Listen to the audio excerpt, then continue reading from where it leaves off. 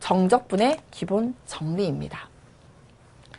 자, 제가 이렇게 물어봐요. 얘들아, 미적분에서 가장 중요한 게 뭐니? 라고 하면요. 넓이 계산? 뭐 미분? 적분? 막 이렇게 도함수? 막 이런 얘기를 해요.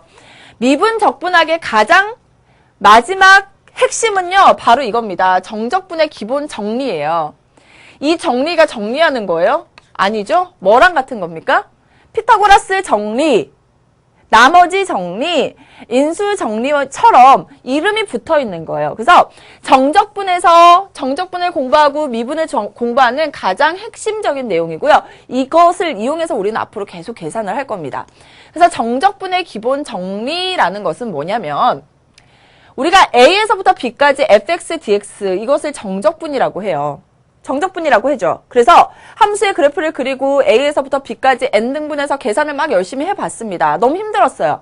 그런데 우리는 어떤 생각이 들었냐면 fx의 부정적분이라는 역연산이 한번 생각을 해보는 거예요. 자, 부정적분이기 때문에 fx의 부정적분 중에 하나를 대문자 fx라고 하는 거죠. 다시 fx를 그러면 대문자 fx를 미분하면 뭐가 돼요? 소문자 fx가 될 거고 fx를 뭐하면? 부정적분하면 대문자 fx 플러스 c 1, 2, 3, 4 중에 하나를 대문자 fx라고 약속을 하는 겁니다. 그랬을 때 그 계산하기 힘들었던 것이 부정적분의 a에서부터 b까지로 표현을 하는데 이게 뭐냐면 부정적분은 계산할 수 있죠. fx의 부정적분을 계산해서 이 x자리에 b를 대입하는 거예요. 거기다 빼기 x자리에 a를 대입한 것과 같다라는 겁니다. 굉장히 간단해지겠죠. 예를 들면요.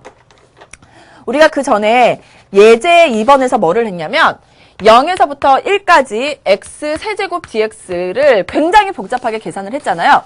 그런데 x 세제곱의 부정적분 우리 알고 있죠. 뭡니까? 4분의 1의 x 4제곱 플러스 c잖아요. 부정적분에다가 0, 1을 대입하면 값이 같아진다라는 거예요. 1 대입해 볼게요. 그러면 4분의 1 플러스 c고 0 대입할까요? 그러면 마이너스 c가 돼서 답은 4분의 1 이렇게 간단해져요. 우리 지난 시간에 이거 열심히 계산했더니 얼마 나왔어요? 4분의 1 나왔죠. 이렇게 좋게 만들어주는 것이 바로 이 정적분의 기본 정리입니다. 굉장히 좋죠? 그럼 이런 얘기를 해야 되는데 선생님 왜 그렇게 되나요?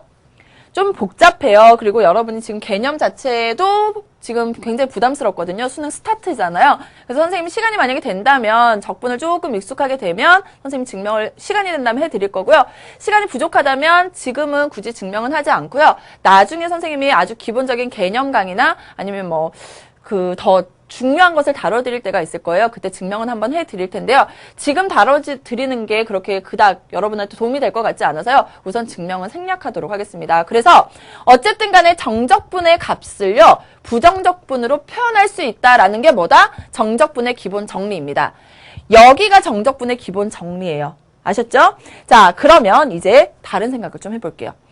A에서부터 A까지 fx, dx라는 것은 부정적분으로 생각을 해볼까요? 그러면 fx죠. 그리고 A에서부터 A까지이기 때문에 fa-fa가 되어서 뭐가 된다? 0이 된다라는 겁니다. 그런데 이거는 우리가 쉽게도 생각할 수 있어요.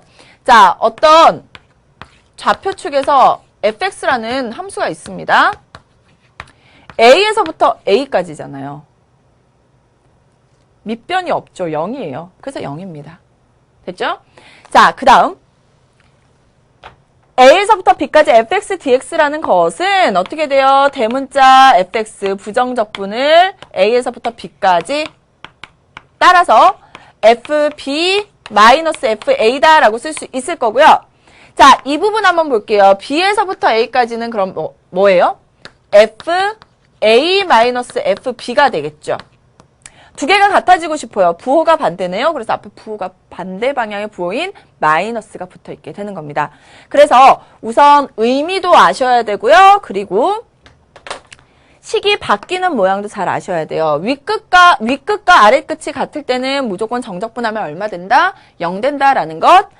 A에서부터 B까지였는데 B에서부터 A까지로 바뀌면 앞에 뭐가 붙는다? 마이너스가 붙게 된다.